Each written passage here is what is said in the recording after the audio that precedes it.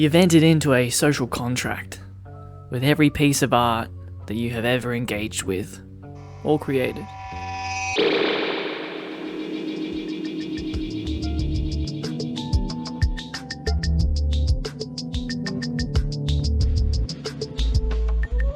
G'day, mate.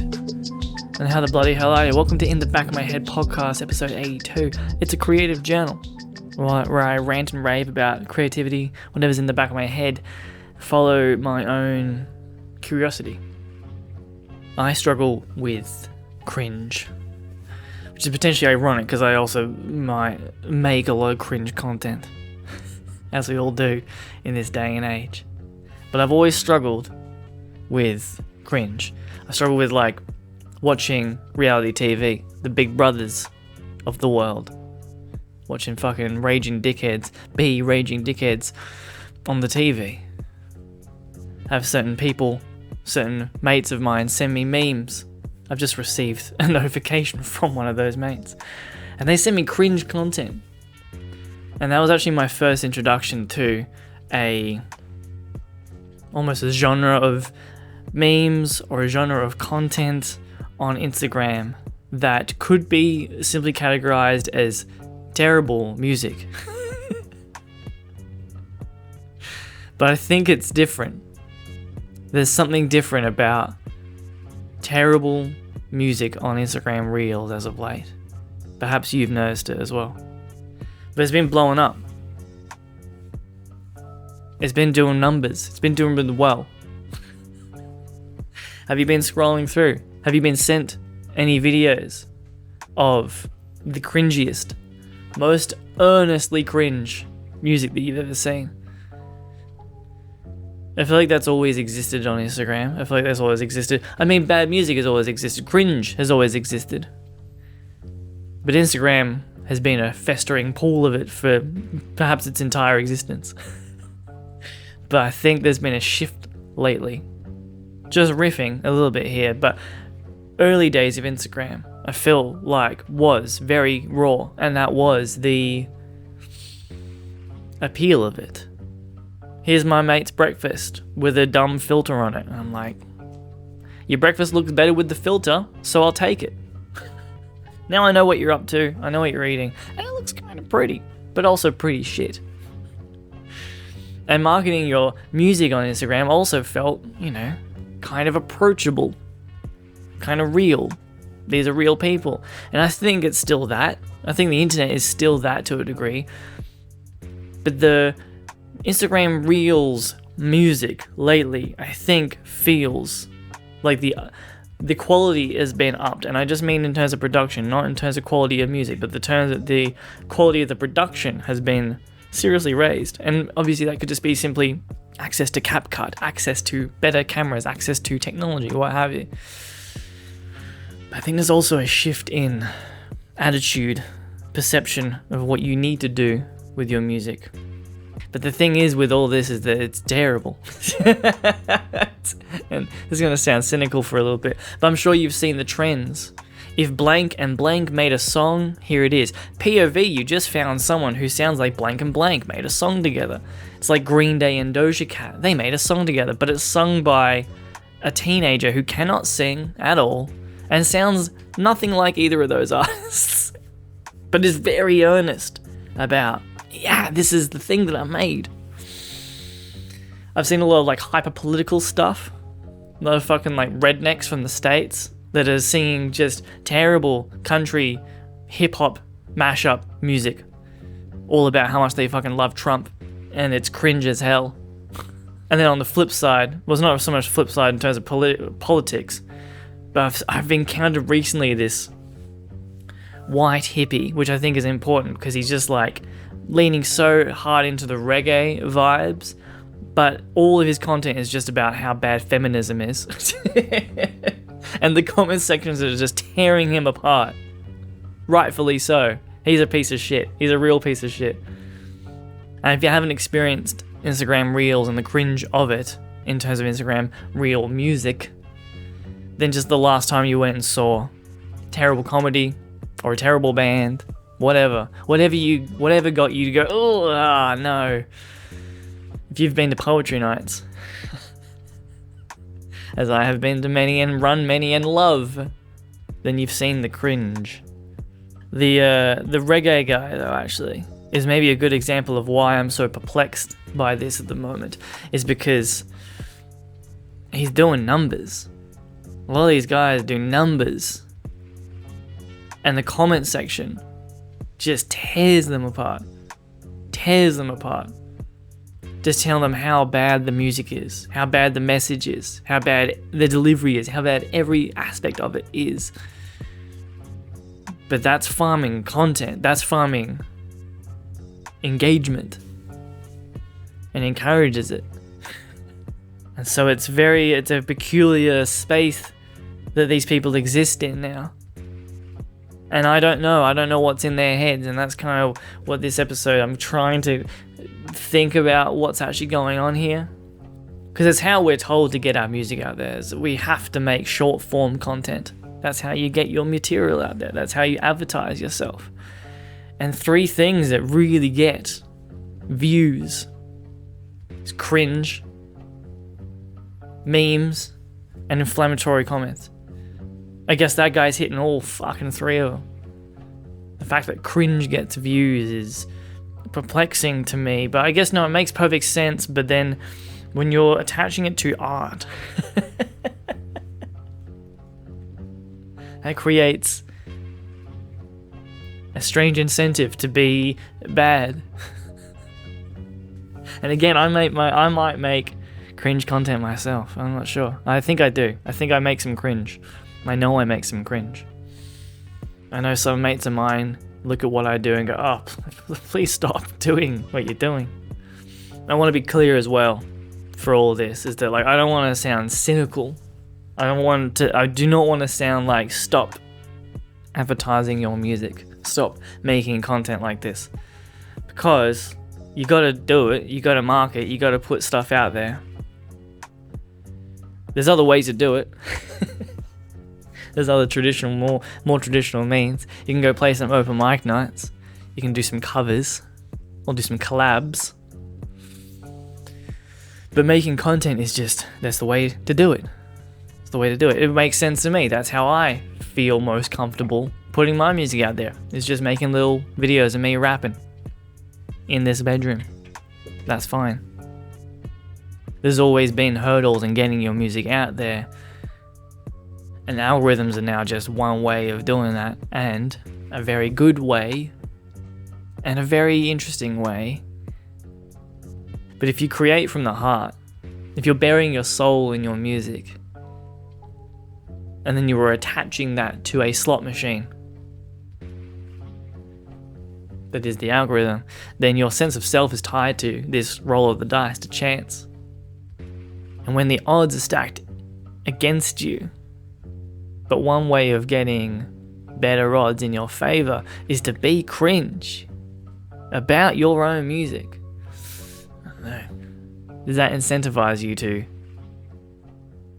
make terrible music?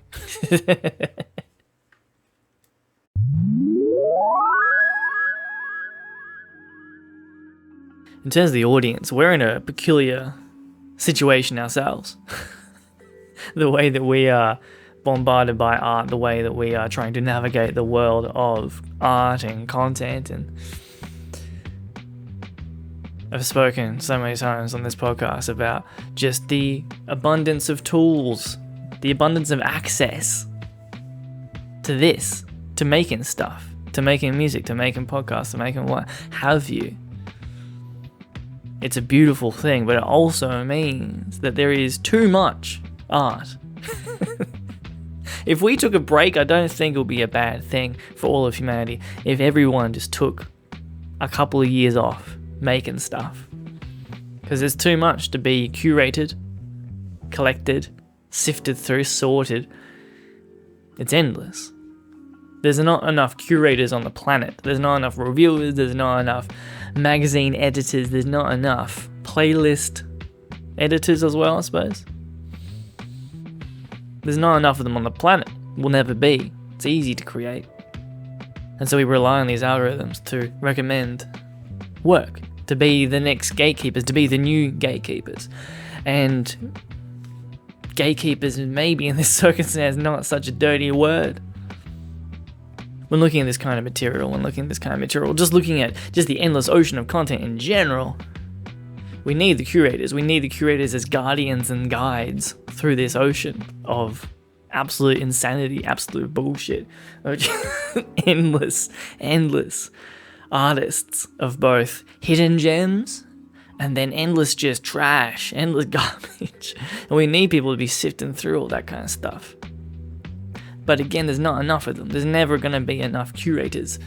We either have to sift through it ourselves or allow the algorithm to be the gatekeeper, to be the curator. But then again, the curator is very intrigued by cringe because it knows what we like. So when you have to play the game, and this doesn't go for just algorithms, this doesn't go for just now, this goes just in all time. If you want to put your work out there, then you have to attach something to it, or rather to attach it to something in order to get it out there. And what effect does that have?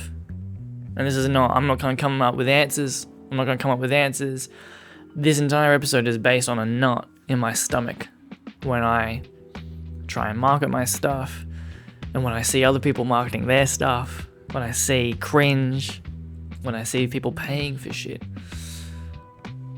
I wonder what effect that has on their work. What effect does the marketing techniques or the thing that they are attached to, what effect does that have on our perception of their work? Say if you're not making cringe, but you are simply putting money behind a thing. Because you can pay to be in playlists. Or you can pay for ads communicating to the people on these websites that, yes, you should check out my material, you should check out my work. And does that telegraph to you that this person is dedicated to their work? Does it just indicate to you that they have more money to spend on this kind of shit? Does it come across as desperate? Again, I'm not actually saying, I'm not entirely sure what my perception is. But how do you feel about that? How do you feel about if you're listening to someone in a playlist and then you found out that they paid to be there? A paper that I'm going to reference a little bit later on is by C. Nugent, who wrote this paper, which I'll link below, on aesthetics and honesty in art. C. Nugent. And one quote, which is paraphrased just for this moment, is, imagine going to an art gallery and finding out that the artists paid to be there, rather than the curator of that gallery has taken the time to sift through all the applications or sift through all the options and curate a gallery. That's why you're going to go to a gallery, is it not? Though, in that sense, you could also go to a gallery and someone has paid to host an exhibition. Use it as an event space. I suppose that still feels a bit different. If you went into a curated space where everyone has their work together and you found out some of them are paid, you'd feel a bit like, is this person deserving of this spot? But these techniques, are these all necessities? I would say quite possibly. How else are you meant to do it? As I said before, there's so many different techniques you can take, but you got to take maybe one of them at least.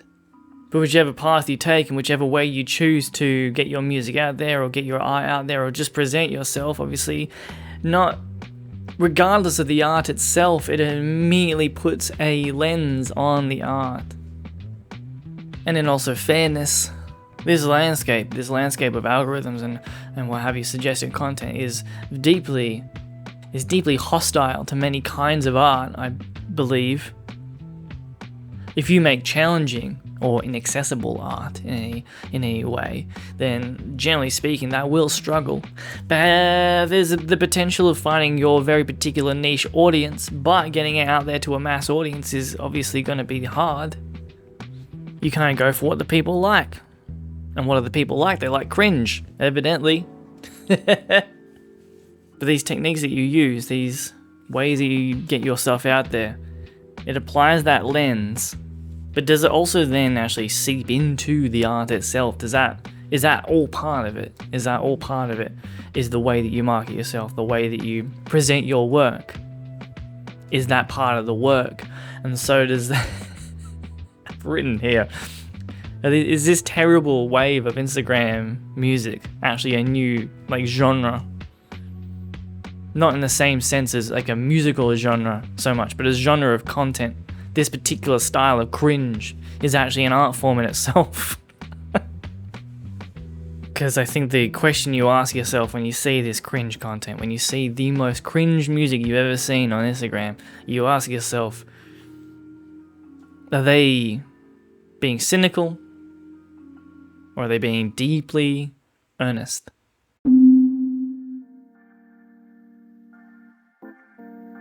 Potentially the issue here as well, as I mentioned at the start, is that the quality has really bumped up.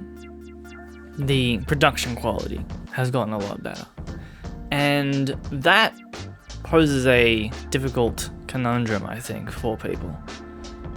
Because on all of these platforms, we've been conditioned by ads. We've been conditioned to hate promoted content. And I think rightfully so. Ads are nefarious. Ads are everywhere. Ads are inescapable.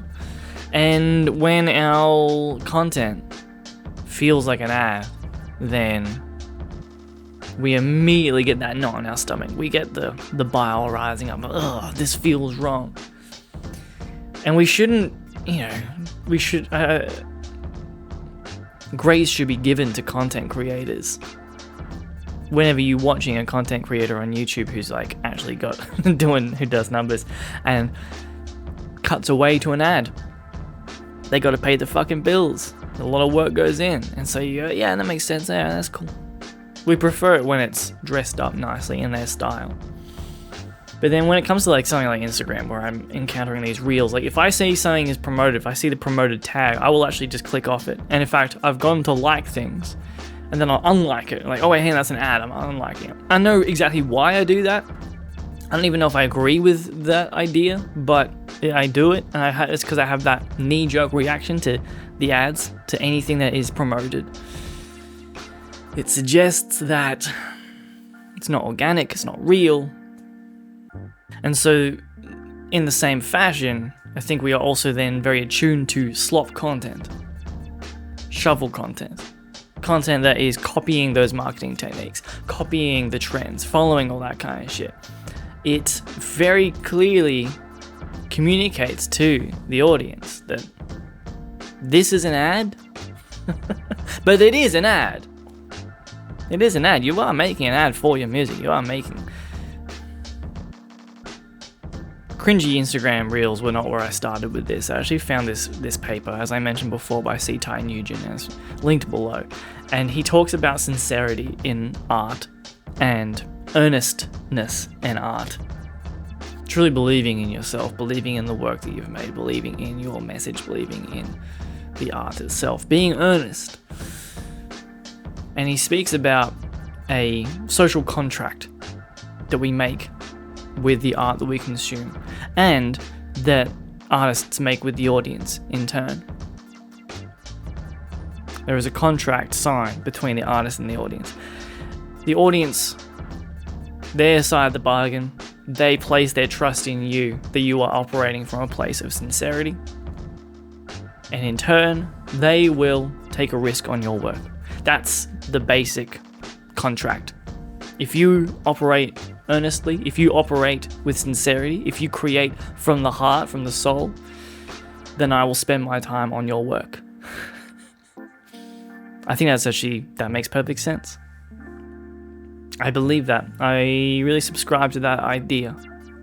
Because art requires a significant investment of time. Now I know this is like a bit abstract and maybe a bit silly. Like how much time are we really taking? How much are we risking by wasting our time on terrible art? Obviously not a big deal. It's not a huge deal. But it is a contract nonetheless, and one that I feel like we are deeply passionate about when that contract is broken. Because we have a very high tolerance. It's funny, like talking all about this cringe art, cringe Instagram reels, but I actually think we have a very high tolerance for terrible art but we have a very low tolerance for insincere art. The term sellout is like the ultimate diss that you can shoot at a fucking artist. We'll watch people make terrible art all goddamn day. But as soon as someone does it for money, and not money as if like, oh, they've just earned money because they made great art, but rather Target is like, we want you to write a song just promoting Target and put it on your next album. If you did that, people would be like, what the fuck are you doing? You fucking kidding me? Or in some of these cases, are they making art in the case of the terrible political content? If I like a lot of political content, but some of these songs are like, man, the song fucking stinks. The song is terrible. And I feel like you're just doing it just to promote Elon Musk and Trump for some reason. Okay. Start a podcast like a normal person. So I can leave music out of it, mate. When music is insincere, when music is lazy, then we get pissed off. Then we get angry. But if music comes from the heart, if we can see that it's coming from the soul, then I think we have a huge tolerance for terrible, terrible art. B-movies, man. What about a terrible B-movie? How many times have we all watched terrible movies and laughed and loved every second of it because you can see that, man, they really went for it. They really did this because they just wanted to make this movie. There's no insincerity here. There's no cynicism behind this film. It's bad. But because it was made honestly, it being so terrible is actually a beautiful thing. We find so much value in that. And so there's maybe the gauge when it comes to this very strange world of Instagram Reels art or TikTok or what have you, wherever. It's all the same content, but rather, I don't know, Instagram seems to breed a certain vibe when it comes to the music. I think an issue is that like it's boiled down to 30 seconds, which makes it really hard to like gauge how sincere this art is, and it means that it probably is made with a little lack of sincerity because you're making it for the content, not for the project itself, not for the art form, not for the heart and soul, not for the blood that's pumping in your chest that you want to get out. No, don't get your blood out, you know what I'm saying? Make it dumb metaphor. But in 30 seconds, you need to quickly gauge, are they upholding their side of the bargain? Are they upholding their end of the contract? You're looking for sincerity. Will you find it in 30 seconds? And I think that's the same with the ads, which is unfortunate because again, you got to get your stuff out there, you got to do something. But as soon as you put money behind it, as soon as I see that sponsored tag, does that indicate? It doesn't guarantee, but maybe it indicates that you are not upholding your end of the bargain. Does following trends do the same thing? If the way your marketing stuff is POV, you've just found your next favorite song, does that scream to the people that this is a bit insincere? At least this presentation of it. It doesn't mean the art itself is inherently insincere, but it certainly means the presentation of it in this particular format lacks some sincerity, which obviously a bit of a broader kind of question of like, why are you creating here? And also, yeah, no harm, no foul to those who are just having a fucking go of it and just doing it for the fun of it and putting it out there as cringe Instagram reels. It's fine. It's fine. However, if you, this is gonna sound wank, but if you care very deeply to your soul about art, about creativity, about expressing yourself and others expressing themselves, then I think there are just some questions that need to be asked about how you're presenting your work and what does it say about your work. And you might misstep, but it's worth asking those questions. Is this communication style? Is this marketing style? Is its attachment to the work deeply detrimental to the work itself?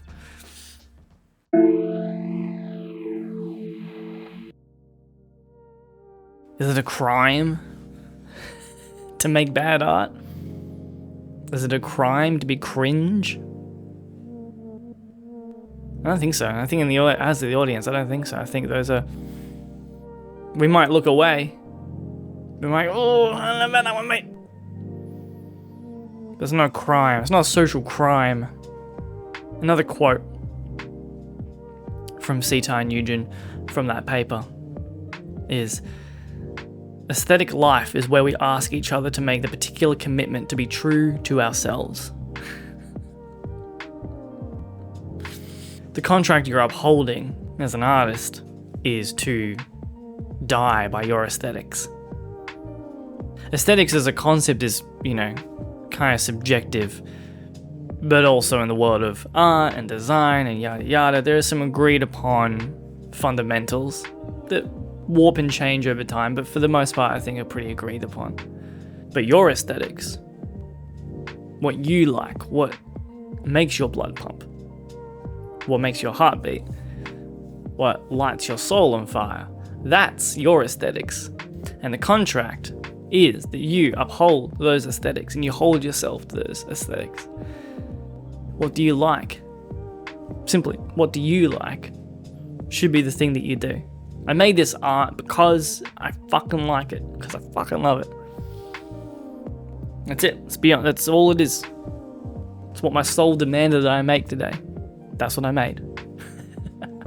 Now also, you might enjoy making pretty middle of the road content, songs, films, poems, whatever. You might enjoy following the trends. You might enjoy those trends as like exercises, writing exercises, performance exercises. That's also sweet.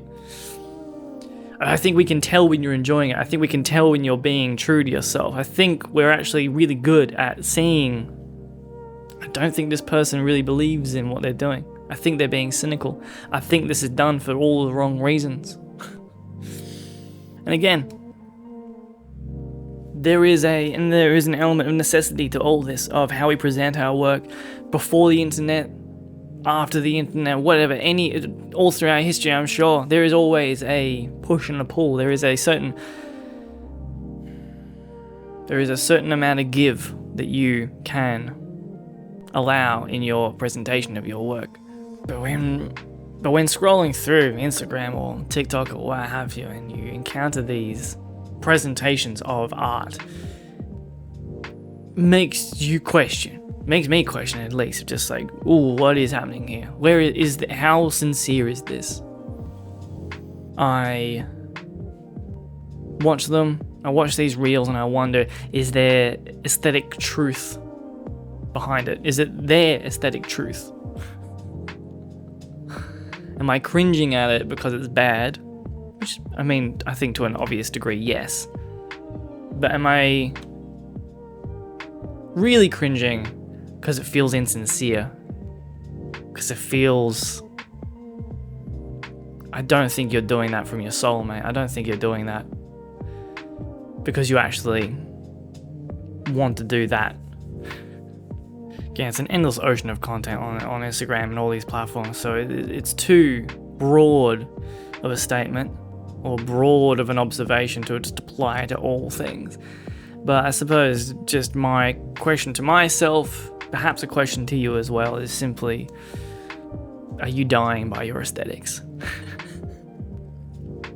I think you owe it to yourself, and you owe it to the audience. It's your side of the contract that you have signed. Every time that you have enjoyed art, every time that you make art, and that is to stay true to your aesthetics. Is that too dumb and deep and abstract? I don't know. Well, that's today's podcast, mate. Hope you enjoyed it. Hope you're staying true to yourself. Hope you're making art on a whim. Hope it's driven by heart and soul. I'll catch you on the next one, mate. Be well.